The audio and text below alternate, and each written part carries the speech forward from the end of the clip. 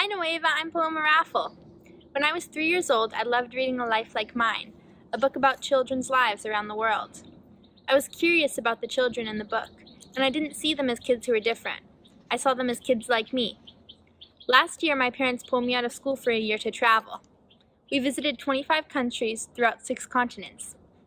As we traveled, I was still curious about the similarities and differences of children's lives around the world. While we were traveling, I knew I wanted to apply to Nueva, so I started writing my own book about children around the world for my MyPage. I tried to create a balance of fun facts and stories children told me. It got a little long, so I thought I would also include a short video that highlights some things I have learned about how children learn around the world. Many children live very differently than I do. Some kids don't have access to clean water, some don't have parents to care for them, some don't have a home, and others don't even go to school. What they do all have in common is that everybody I met cares about family, friends, health, shelter, and learning. Culture plays a big part in education everywhere. At a large Mongolian school located in Ulaanbaatar, we talked to the only American teacher at the school. He told us that when he first arrived in Mongolia, he didn't know many Mongolian customs. He started noticing something strange. If his students needed help after school with their homework, they would walk to his house and knock on his door. He thought it was pretty weird, and he sent them away day after day, until finally the students figured out they needed to come up with another plan. They decided about 10 students would go to his neighbor's house at a time and have his neighbor invite their English teacher over for tea. And it worked. Now they get together at his neighbor's house once a week and enjoy a pot of tea and receive extra help on their homework. In the Gobi Desert, the schools don't have as much money as the school in Ulaanbaatar, and although they don't have as nice of a campus, the schoolwork still looked familiar. A 7th grade classroom in rural Mongolia was learning the same math that I learned in my 7th grade class in Silicon Valley. This is partly because the country used to be communist, and the government believed everybody should get an education. Religion is very important to many people we met around the world. In Bhutan, many children grow up in monasteries. We met 2 13-year-old girls in a monastery in Thimphu, Bhutan. One of them had lived there since she was a baby because her parents couldn't take care of her, while the other had chosen to go there about a year before because she wanted to become a Buddhist nun. For these children, their school is also their home. In Israel, religion divides people. Some people are trying to change this. The Bridge School is an elementary school where Arabs and Jews form connections with each other. Educators are trying to teach the next generation about how 2 sides can unite to form one stronger side. Not everybody looks forward to going to school. We had dinner with 2 Vietnamese 10-year-olds who said school was boring, the teachers were too strict, they weren't allowed to ask questions, and they can't speak or move out of their seats all day.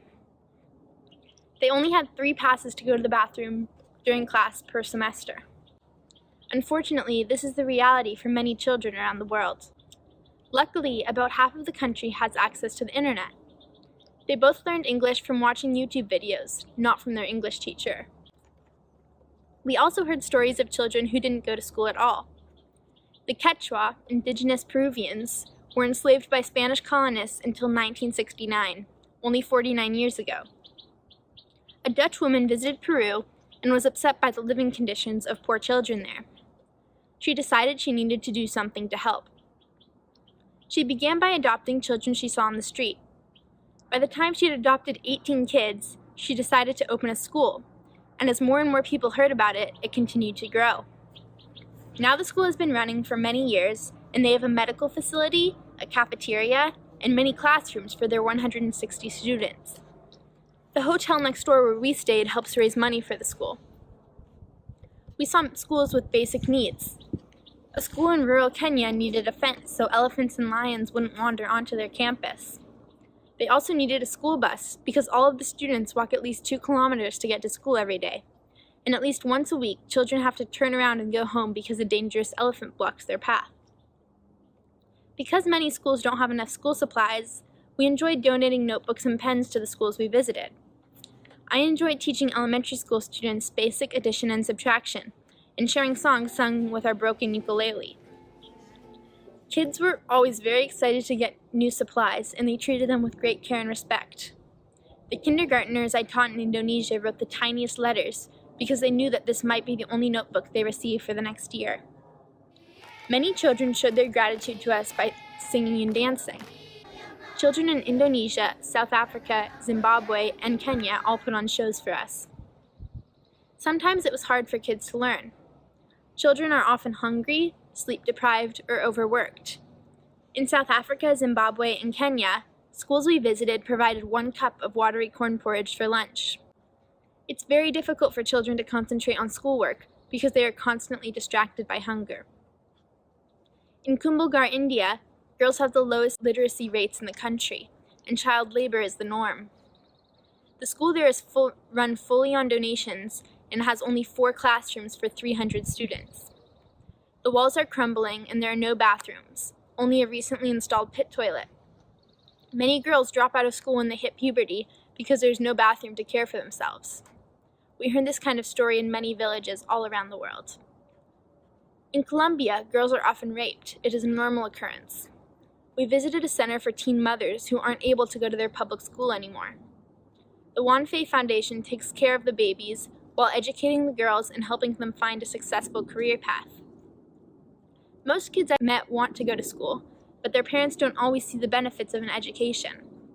People are influenced by their culture, as well as the generation before them. When the parents of a family aren't educated, they may see school as something that takes their children away from fieldwork or housework. Most countries make school mandatory, but the laws are only helpful if the governments enforce them. Every school has the same goal, for students to come out with more useful skills and knowledge than when they came in. However, not every school prepares kids to make a difference in the world. I noticed that education was not equal for everyone. Indonesian 5th graders are learning addition, while Mongolian 5th graders are learning pre-algebra. I saw schools in every country I visited. While education is supposedly getting better all over the world, there's still a lot of room for improvement. Now that I'm home, I feel so lucky to have the resources and support I need to have a great and solid education. All those school visits last year helped me understand the way I want to learn and the way I don't. I want to learn in an environment that encourages me to think creatively and be able to think of solutions when faced with a problem. I want to have challenging math like I saw in the Gobi Desert, passionate teachers like I saw in Kenya, and persistent students like I saw in Ulaanbaatar. When I visited Nueva, I saw students who looked challenged and engaged, and teachers who genuinely cared about what they were teaching.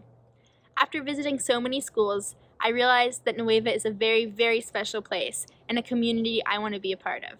Thank you.